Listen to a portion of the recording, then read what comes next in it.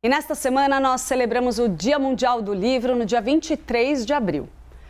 E o Bookster veio aqui hoje para dar as dicas para você que quer começar a ler, mas não sabe exatamente o quê.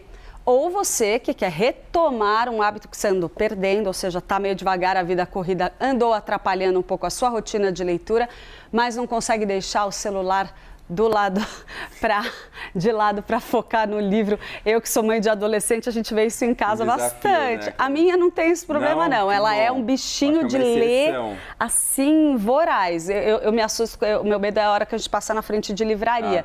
Eu não tenho medo das outras lojas não. O problema é passou na frente de livraria, é um problema, mas os meus enteados passam um pouquinho por isso. Me conta então, Pedro, muito bem-vindo, bom dia para você.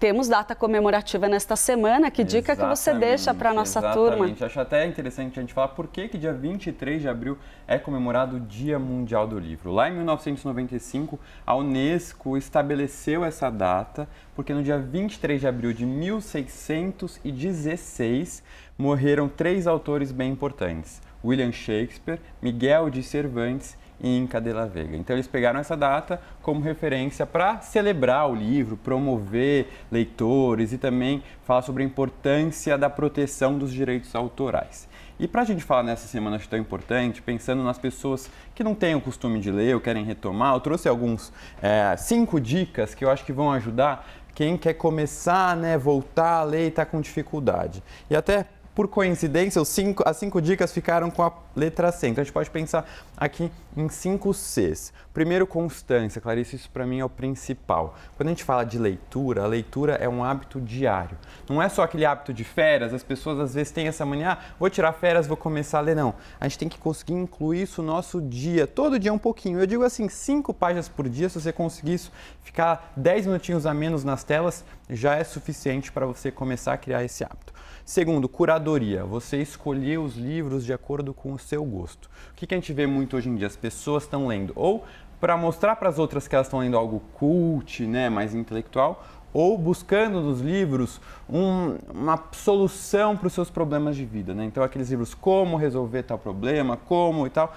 Quando que eu quero que as pessoas busquem na literatura o entretenimento, o gosto, histórias que te interessam. Então, busque nos livros um tema que te interesse muito, assim como você buscaria num filme, numa série. Da mesma forma, porque é para se divertir. Terceiro, concentração. E aí vem o que a gente estava falando das telas, que hoje em dia são, acho que, as maiores vilãs. Não só para as novas gerações, mas para todos nós. A nossa capacidade de concentração está bem prejudicada.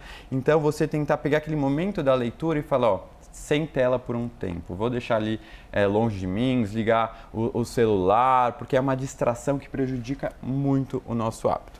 Quarto lugar, comunidade. A gente tem que entender que a leitura não precisa ser uma atividade solitária, como talvez por algum tempo tenha sido. Hoje em dia, a internet ela pode suprir essa falta que você possa ter de pessoas a seu redor que falam de livros. Então, não é todo mundo que tenha nascido numa casa de leitores ou tem amigos leitores, e pode encontrar, inclusive, na internet essa comunidade. Então, participar de clubes de livro é uma ótima opção. Você conversar, encontrar 1 ou 2 amigos, fazer o seu próprio clubinho, assim, são ótimas formas de transformar essa atividade em algo social mesmo, de muitas trocas. E, em quinto lugar, calma. Eu digo calma porque tem muita gente que quer começar o hábito já assim, vou sair lendo 1 hora por dia, quero bater meta diária, e isso acaba sendo difícil, porque se a gente já nem tem esse hábito, começar, eu brinco, é igual corrida. Você não vai começar a correr 5, 10 km de uma vez. Você começa caminha um pouquinho, volta mais e aí você vai construindo isso aos poucos. Então, calma, cada um tem o seu ritmo, cada livro exige um ritmo diferente do leitor. Então, não tente ficar se comparando com o outro também, porque no final das contas, o que importa é você com aquele momento e o que você vai levar depois dessa história. E Pedro, posso dividir com você as minhas dicas? Por favor. Porque assim, para quem tem filho pequeno, criança ou adolescente em casa, eu percebi que na minha casa a regra era muito clara, tem um limite de tempo de tela. Então assim, Aplicativos que bloqueiem o celular dos filhos. Fundamental para você não precisar, como mãe ou como pai, que ficar ali em cima. Agora larga o celular, agora larga o celular, agora chega. Então, assim, você tem um aplicativo que já faz o bloqueio automático, você define, ó, é 1 hora por dia, é 1 hora por dia. Né, Você terceiriza, é mais eficiente, a criança reage menos. E a hora que a criança se vê naquele tédio, né? Ai, pronto, sabe aquela criança, para quem tem filho nessa geração, sabe muito bem o que eu vou falar. Ah, não tem nada para fazer.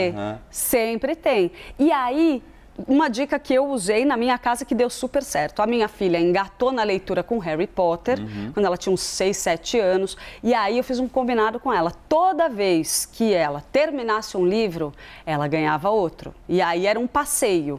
Ai, não, a gente sai para comprar o livro. Então era um evento. Então ela queria terminar para poder ganhar o novo. Aí ela entrou numa competição com ela mesma.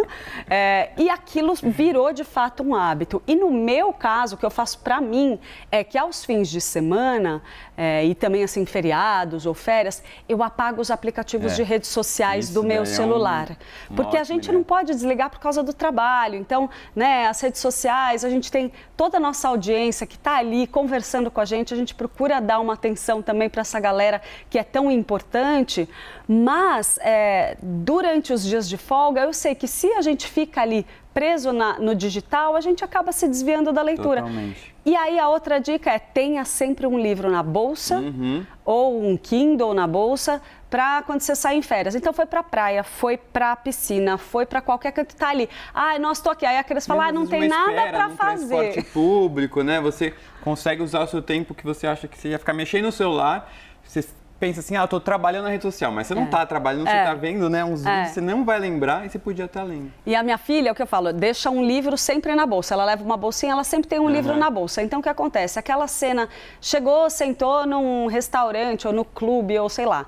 Ai, tá chato, não tem nada para fazer. Ela para, ela nem precisa falar nada, ela para, tá ali na mesinha, ela senta, pega o livrinho dela e começa. A gente podia fazer um curso para como criar filhos leitores. Olha, a minha engatou. Mas o problema é que eu tenho um marido que é leitor voraz, que não dá para viajar sem comprar toneladas de livros, e a minha filha também. Então é o que eu falei, eu tenho pavor de passar na frente de livraria, mas tudo bem, faz parte do jogo. Mas é um medo bom, vamos pensar que é um medo bom. Que bom. Então é isso, Dia Mundial do Livro, né? Que a gente consiga trazer mais esse tema para o dia a dia, porque a literatura, ela transforma vidas. É maravilhoso, né? Sem dúvida nenhuma. Pedro Pacífico, então, com a gente aqui nesse feriadão de Tiradentes. Fica a dica, então, já peguem todas essas sugestões e aproveita. Se você está na praia, está na piscina, está passeando, foi para o parque hoje à tarde, ó, livrinho na bolsa, né? Foco, esquece o celular. Agora a gente tem o Mac Livros, que eu até falei a semana passada aqui, que é essa plataforma que você consegue acessar livros de forma gratuita. Então, é uma excelente também forma de acesso à literatura. E vale muito a pena mesmo. Muito. Obrigada, Pedro. Até a semana que vem, então. Tchau, tchau. Até a semana que vem.